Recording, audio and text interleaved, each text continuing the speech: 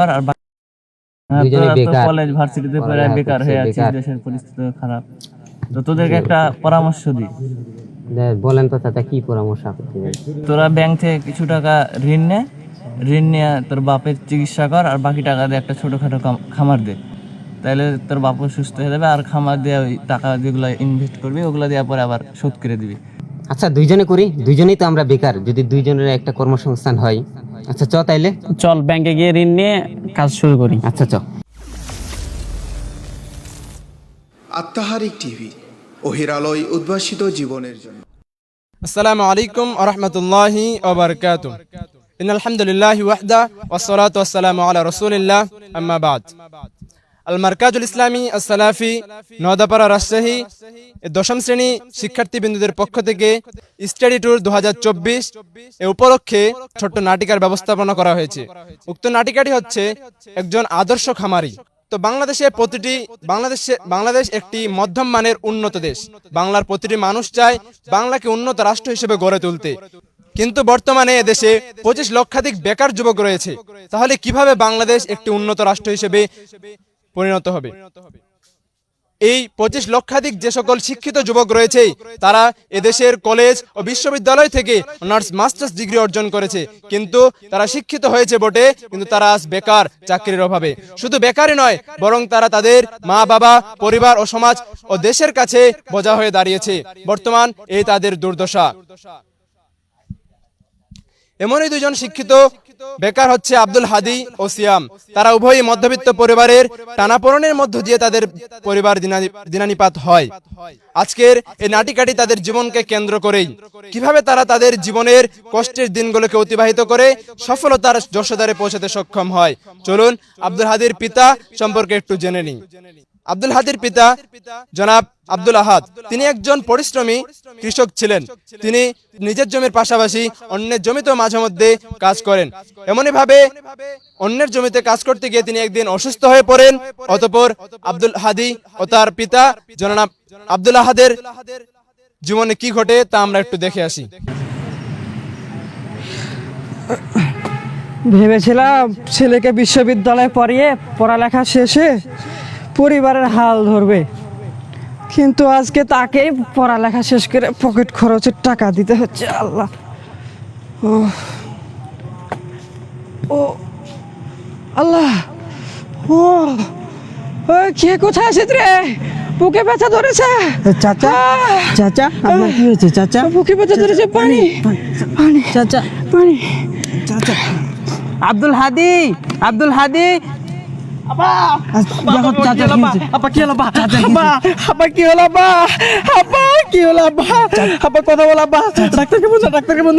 একটু বাসায় গিয়েছি।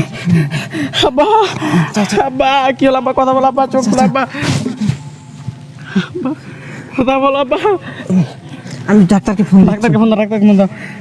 চোখ খোলা। কথা বলো। আসসালামু আলাইকুম ডাক্তার সাহেব, আপনি কোথায় আছেন? তাড়াতাড়ি আমাদের বাসায় চলে আসুন। আমার চাচা খুব অসুস্থ হয়েছে, আপনি তাড়াতাড়ি আসুন। কথা বলো।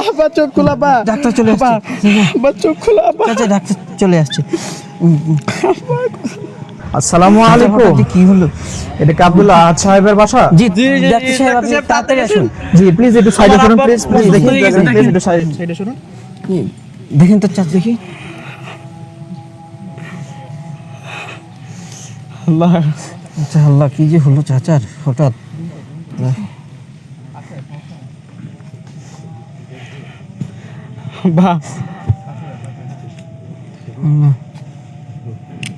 আব্দুল হাদি সাহেব, আপনার পিতা আব্দুল আহাদ সাহেব গুরুতর অসুস্থ। প্লিজ তাকে অতি নিকট কোনো হাসপাতালে তাড়াতাড়ি অ্যাডমিট করুন, প্লিজ দয়া করে। কিন্তু ডাক্তার সাহেব, আমার তো হাত এখন একদম শূন্য, আমার হাতে তো কিছু নাই। আমার এখন কিছু একটা ব্যবস্থা করেন, এই মুহূর্তে না তো হবে না। তাহলে কি করা যাবে? তাহলে আমি কিছু ওষুধ লিখে দিচ্ছি, এটা আপনারা প্লিজ সেবন করাবেন, কিছুটা সুস্থ হবে ইনশাল্লাহ।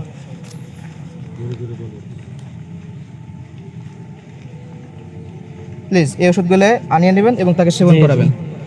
আর আল্লাহর উপর সর্বদা ভরসা রাখবেন, ঠিক আছে? আর কোনো প্রয়োজনে আমাকে পরবর্তীতে আবার ডাকবেন। আসসালামু আলাইকুম। ওয়ালাইকুম আসসালাম।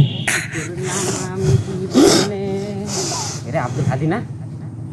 বন্ধু কি অবস্থা তোর? আর বলিস না বন্ধু, কি হয়েছে রে?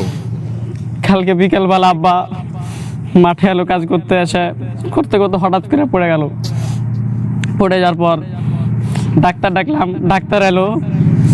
আসার পরে ডাক্তার বললো যে বড় হাসপাতালে নিয়ে যেতে হবে, বড় ডাক্তার দেখাতে হবে, হাসপাতালে? অনেকগুলো টেস্ট করতে হবে। তো তুই তো বুঝতে পারছিস আমার হাতে এখন কোনো টাকা নাই।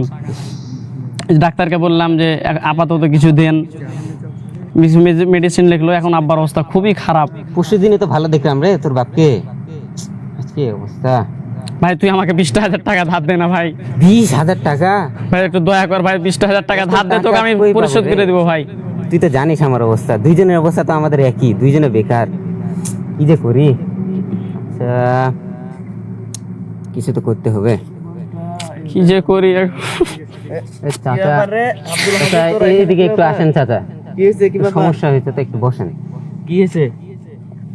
চাচা আর বললেন না, কালকে বিকালবেলা আব্বা মাঠে এলো, নিষেধ করলাম যে আসিও না, তাও এলো। কাজ করতে করতে হঠাৎ করে পড়ে গেল। পড়ে যাওয়ার পরেই কেমন জানি শব্দ টব্দ সব বন্ধ হয়ে মরা ভাব। ডাক্তার ডাকলাম, ডাক্তার এসে বললো বড় হাসপাতালে বড় ডাক্তার দেখাতে হবে। আপাতত কিছু মেডিসিন লিখে দিল। এখন আমার হাত তো একদম শূন্য, নিয়ে যেতে পারছি না। এর কাছে বললাম যে আমরা তো টাকা দুইজনে দাও। একই চাচা, জানেন তো, হ্যাঁ, দুইজনে তোরা তো বেকার। কলেজ ভার্সিটিতে পড়ে পড়ালেখা বেকার করছে, হয়ে আছিস, বেকার। দেশের পরিস্থিতি খারাপ। তো তোদেরকে একটা পরামর্শ দিই, বলেন তো চাচা কি পরামর্শ আপনি দেন? তোরা ব্যাংক থেকে কিছু টাকা ঋণ নে, ঋণ নিয়ে তোর বাপের চিকিৎসা কর, আর বাকি টাকা দিয়ে একটা ছোটোখাটো খামার দে। তাহলে তোর বাপও সুস্থ হয়ে যাবে, আর খামার দিয়ে ওই টাকা যেগুলো ইনভেস্ট করবি ওগুলো দেওয়ার পরে আবার শোধ করে দিবি। যাই হোক, আমার একটু তাড়া আছে, তোরা থাক, বিষয়টা ভেবে চিন্তে দেখ। হ্যাঁ, আমার আবার তো চাচি একটু ডেকেছি, তো আমার কাজ আছে, থাক। চাচা তো ভালোই বললো, আসলেই তো, এটা করা যায় কিনা। হ্যাঁ করে ফেল। কিন্তু আমি তো একা এত বড় খামার দিব, ঋণ শোধ নিয়ে আমার একার দ্বারা মনে হয় সম্ভব এটা না। তুই আমার সাথে যোগ দে। দুইজনে করব? আচ্ছা দুইজনে করি, দুইজনেই তো আমরা বেকার, যদি দুইজনের একটা কর্মসংস্থান হয়। আচ্ছা চ তাইলে। চল ব্যাংকে গিয়ে ঋণ নিয়ে কাজ শুরু করি। আচ্ছা চ। এমনই ভাবে আব্দুল হাদি তার চাচার কাছ থেকে পরামর্শ গ্রহণ করে ব্যাংক থেকে সুদে ঋণ নিয়ে তার পিতার চিকিৎসা করে এবং বাকি টাকা দিয়ে তার বন্ধু সিয়ামের সাথে মিলে খামার দেয়। কিন্তু তারা তাদের খামারের উন্নতি করতে না পেরে ক্ষতিগ্রস্ত হয়ে যায়। ফলে তাদের উভয়ের পরিবারের করাল ছায়া নেমে আসে। তাদের জীবন হয়ে যায় দুর্দশায় করাল গ্রাস। কি সে দুর্দশা, চলুন আমরা একটু দেখে আসি। বুকের ব্যথা তো এখনো কমেনি আল্লাহ। ছেলের চিন্তায় কি যে করি। আল্লাহ আল্লাহ আল্লাহ, আব্দুল হাদি কোথায় রে ছেলে? আব্বা, আব্বা কি হলো আব্বা? আব্বা কি হলো আব্বা? আব্বা বাবা, এ কি কোথায় আছিস রে? পানি লে রে আব্বা মরে গেল রে।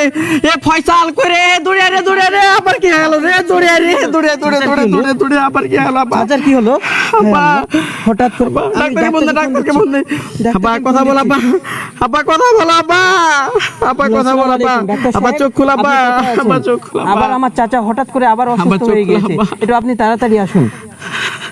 কি হয়ে গেল আব্বা? কথা বল আব্বা, কি হলো হঠাৎ? চাচা আব্বা কথা বল আব্বা, চোখ খোল আব্বা, বলছে না। আব্বা চোখ খোল আব্বা, কথা বল আব্বা। দেখি ভাই, প্লিজ একটু সাইড দেন, দেখতে দেন। ডাক্তার সাহেব দেখেন কি হলো ওটা? কি হয়ে গেল?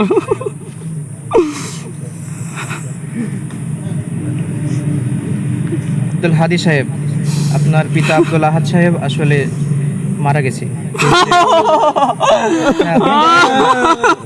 ফয়সাল সাহেব, ভাই ভেঙে পড়বেন না ভাই।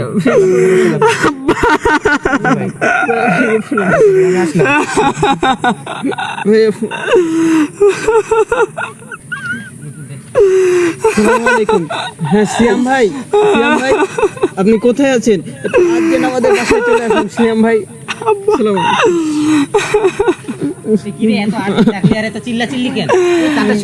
আব্বা না রে, শ্যাম আব্বা নাই দুনিয়াতে না। চাচা না, আচ্ছা কান্নাকাটি করিস না। পৃথিবীতে একদিন আসছে, একদিন যাইতেই হবে। কান্নাকাটি করিস না, আচ্ছা কান্নাকাটি করিস না। দাফন কাফনের ব্যবস্থা করুন। আচ্ছা আমি দাফন কাফনের ব্যবস্থা করতেছি, তুমি ওকে সামলাও। হ্যাঁ সামলাচ্ছি আমি হুজুরকে।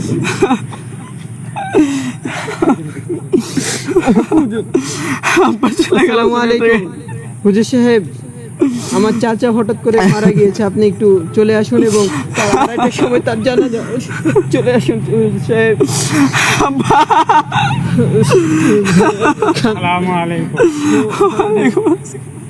হুজুর আব্বা নাই, হুজুর দুনিয়াতে আব্বা না। কিভাবে মারা গেছেন উনি? গত কয়েকদিন আগে অসুস্থ হয়ে গেছিল হুজুর, তারপরে আবার। ইন্না লিল্লাহি ওয়া ইন্না ইলাইহি রাজিউন। এই শোনো, তোমরা বেশি কাদাকাদি করো না, লাশের সামনে বেশি মাতম করতে হয় না। তোমরা জানো না, তোমরা ধৈর্য ধারণ করো। উনি মারা গেছেন, আল্লাহ সম্পদ আল্লাহ নিয়ে নিয়েছেন, তাতে তোমরা দুঃখ করো না। আর উনি ভালো মানুষ ছিল, তোমাদের উচিত হবে তার জন্য বেশি বেশি দোয়া করা, তার জন্য তোমরা দোয়া করো। আর হ্যাঁ, ওকে একটু সামলাও। আর লাশের সামনে বেশিক্ষণ কাদাকাদি করা ঠিক হবে না, তাড়াতাড়ি জানাজারের ব্যবস্থা করো। জি হুজুর। ভাইয়া আসসালামু আলাইকুম ওয়া রাহমাতুল্লাহ। আমাদের সামনে যে লাশটি উপস্থিত আছে সে জনাব আব্দুল আহাদ, আব্দুল হাদির পিতা। তিনি মানুষ হিসাবে খুব ভালো মানুষ ছিলেন। তিনি আজকে মারা গেলেন, তার জন্য আমরা সকলে অন্তরস্থল থেকে দোয়া করব। এবং তার সাথে যদি কারো লেনদেন থাকে তাহলে তার বড় সন্তান আব্দুল হাদির সাথে অথবা তার ভাতিজা ফয়সাল আহমদের সাথে আপনারা সাক্ষাৎ করবেন, সেই টাকা আপনাদেরকে পরিশোধ করা হবে। এখন জানাজার সালাত শুরু হবে। পুরুষদের জন্য জানাজার সালাতে মাথা পার্শ্ব স্থানে দাঁড়াতে হয়, আর মহিলাদের জন্য তাদের মধ্যস্থান বর্তে দাঁড়াতে হয়। জানাজার সালাত শুরু হচ্ছে। আল্লাহু আকবার।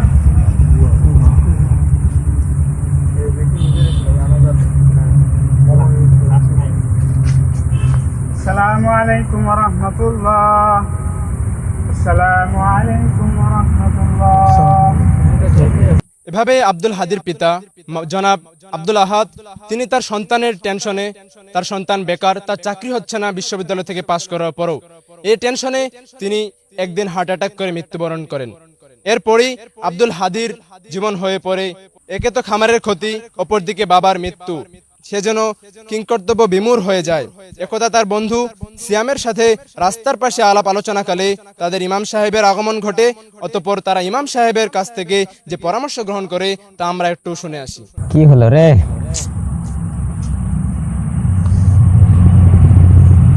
কি একটা অবস্থা!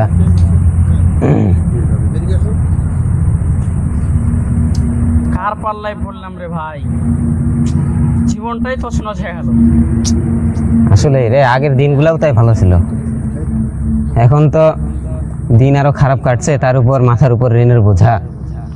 কিভাবে যে কি করি। আসসালামু আলাইকুম। আরে হুজুর, ওয়ালাইকুম আসসালাম। কেমন আছেন হুজুর? আলহামদুলিল্লাহ। তোমরা কেমন আছো? আমাদের তো অবস্থা খুব খারাপ হুজুর, কি যে করি। ও আচ্ছা, শুনেছিলাম তোমরা কিছুদিন আগে খামার দিয়েছিলে, তোমাদের খামারের অবস্থা কিরকম? কি আর বলবো হুজুর, দুঃখের কথা। খামার তো দিয়েছিলাম, কিন্তু যে সে লোকের পরামর্শ নিয়ে খামার দিয়ে ক্ষতির সম্মুখীন হয়েছি। কেন, কিভাবে তোমরা ক্ষতির সম্মুখীন হলে? ব্যাংক থেকে ঋণ নিয়েছিলাম হুজুর, সেই ঋণ আর খামারের কলা কৌশল না জানার থাকার কারণে আমরা তো অনেক ক্ষতির সম্মুখীন হয়েছি। এখন আমরা অনেক ঋণগ্রস্ত। আবার তোমরা ক্ষতির সম্মুখীন হলে। এই দুদিন আগে আব্দুল হাদির পিতা মারা গেল, আবার খামারের এই সমস্যা। আল্লাহ মানুষকে কত রকম ভাবে পরীক্ষা নেন। আচ্ছা, তোমরা যেহেতু জানো না খামার পরিচালনা করতে, পাশের এলাকায় একজন আদর্শ খামারি আছেন, সফল খামারি। তোমরা তার সাথে পরামর্শ করলে অনেক কিছু জানতে পারবে এবং খামার পরিচালনায় ভালো কিছু করতে পারবে। না হুজুর, না না না, আর ও কাজে যাব না। একবার ক্ষতির সম্মুখীন হয়েছে, আর দ্বিতীয়বার ও কাজে যাব না হুজুর, আর যাব না। আরে তোমরা তো জানো নাই কেন ক্ষতির সম্মুখীন হলে। আমরা খামার করেছি, আমরা জানবো না? আচ্ছা বলেন তো দেখি কিভাবে ক্ষতির সম্মুখীন হয়েছে। আচ্ছা, তোমরা খামার করতে যে ক্ষতির সম্মুখীন হয়ে যাও, প্রথম হলো তোমরা কোনো অভিজ্ঞ ব্যক্তির পরামর্শ নেওনি। দ্বিতীয়ত হলো তোমরা সেই টাকা সুদ থেকে নিয়েছিলে। তোমরা ওই টাকা সুদ থেকে নিয়ে ভেবেছিলে যে আমরা ওই টাকা খামারে ইনভেস্ট করে লাভবান হব, কিন্তু আল্লাহ তাআলা সুদের টাকা এবং যাবতীয় এর কারবারকে হারাম করেছেন এবং সেখান থেকে তিনি বারাকা উঠিয়ে নিয়েছেন। আল্লাহ তাআলা পবিত্র কোরআনের সূরা বাকারার 276 নম্বর আয়াতে বলেন, ইয়ামহাকুল্লাহুর রিবা ওয়া ইউরবিস সাদাকা ওয়াল্লাহু লা ইউহিব্বু কুল্লা কাফারিন আসিম। আল্লাহ তাআলা সুদকে সংকুচিত করেন এবং তিনি দানকে বর্ধিত করেন এবং তিনি কোনো পাপী অধিবাসীকে পছন্দ করেন না। হাদিসে বর্ণিত আছে যে, আন জাবির রাদিয়াল্লাহু আনহু قال لعن رسول الله صلى الله عليه وسلم آكل الربا وموكله وكاتبه وشاهده وقال هم سواء। জাবের রাদিয়াল্লাহু আনহু হতে বর্ণিত, তিনি বলেন রাসূল সাল্লাল্লাহু আলাইহি সাল্লাম সুদখোর, সুদদাতা, সুদের লেখক এবং সুদের সাক্ষীদ্বয়কে লানত করেছেন, অভিশাপ দিয়েছেন এবং তিনি বলেছেন তারা পাপের ক্ষেত্রে, অপরাধের ক্ষেত্রে সমান। অপর হাদিসে বর্ণিত আছে যে عن ابن مسعود رضي الله عنه قال قال رسول الله صلى الله عليه وسلم إن الربا وإن كثر فإن عاقبته تصير إلى قال। ইবনে মাসউদ রাদিয়াল্লাহু আনহু তে বর্ণিত, তিনি বলেন রাসূল সাল্লাল্লাহু আলাইহি ওয়াসাল্লাম বলেছেন নিশ্চয় সুদ এমন একটি বস্তু যার ধর্মই হচ্ছে সংকুচিত করা, বৃদ্ধি করা নয়। যদিও তোমরা মনে করো যে এটা বৃদ্ধি হবে, তোমরা ব্যাংক থেকে টাকা নিয়েছিলে এই আশায় যে আমরা এই টাকা খামারে ইনভেস্ট করে লাভবান হব, কিন্তু আল্লাহ তাআলা কোনো সুদ কারবারকে বারাকাত দান করেন না এবং তিনি পছন্দ করেন না, তাই এটা তোমাদের ব্যর্থতার কারণ। অতএব চলো আদর্শ খামারি, একজন সফল খামারির সাথে পরামর্শ করে আসি, তাহলে তোমরা ভবিষ্যতে অনেক কিছু করতে পারবে, লাভবান হবে, আবার স্বসম্বলী হতে পারবে। হুজুর, আপনি এত সুন্দর কথা শিখলেন, এত সুন্দর কথা বলতেছেন, আবার সেদিন সহি সুন্নাহর তরিকায় জানাজা সালাত পড়ালেন, আপনি এগুলা কোথা থেকে শিখলেন? আরে আমি পড়ি আল মারকাজুল ইসলামিয়া সালাফি, বাংলাদেশের প্রাণ কেন্দ্র, আল হাদিসের একটি সুপ্রিয় প্রতিষ্ঠান। এখানে বিভিন্ন ওস্তাদের সংস্পর্শে থেকে তাদের সান্নিধ্য লাভ করে আমরা এগুলো শিখেছি। তোমাদের যদি পরবর্তী কোনো পরামর্শ দরকার হয় আকীদা আমলের ক্ষেত্রে, নির্ভেজাল তাওহীদের ক্ষেত্রে, তাহলে তোমরা এখানে আসো এবং কোরআন ও সহিহ ভিত্তিক জ্ঞান আহরণ করো, এটা আমার পরামর্শ থাকবে। তাহলে চলেন আমরা খামারের কাছে এখন যাই। হ্যাঁ, আমরা এখন খামারের কাছে যাব, চলো। এমনই ভাবে আব্দুল হাদি ও তার বন্ধু সিয়াম, তারা দুজনেই তাদের ভুল বুঝতে পারলো যে সুদের ঋণ নেওয়া ইসলামে হারাম, অর্থাৎ সুদের ব্যবসা কখনো তাদের ব্যবসায় বর্ধিত করবে না, এবং তারা বুঝতে পারলো যে তাদের ম্যানেজমেন্টের অভাব ছিল। তাই তারা ইমাম সাহেবের সুপরামর্শ গ্রহণ করে তারা পার্শ্ববর্তী এলাকার আদর্শ খামারে জনাব জুবাইর আলমের কাছে গেল। তাই আসুন আমরা দেখে আসি তারা জুবাইর আলমের কাছ থেকে কি পরামর্শ গ্রহণ করে তারা পরবর্তীতে একজন খামারি হিসেবে গড়ে উঠতে পারে।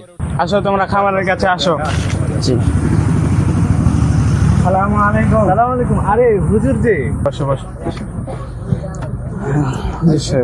কি অবস্থা? আপনার সাথে আমার অনেকদিন পর দেখা সাক্ষাৎ হলো। শেখ, কেমন আছেন আপনি? আচ্ছা, এই তো আছি আলহামদুলিল্লাহ। আপনি কেমন আছেন? আলহামদুলিল্লাহ ভালো আছি। হ্যাঁ, অনেকদিন পর সাক্ষাৎ হলো। জি, দুইজন মেহমানকে নিয়ে আসলাম। কিছুদিন আগে ওর পিতা মারা গেল, আর তার আগে কিছুদিন আগে ওরা নতুনভাবে একটা খামার দিয়েছিল।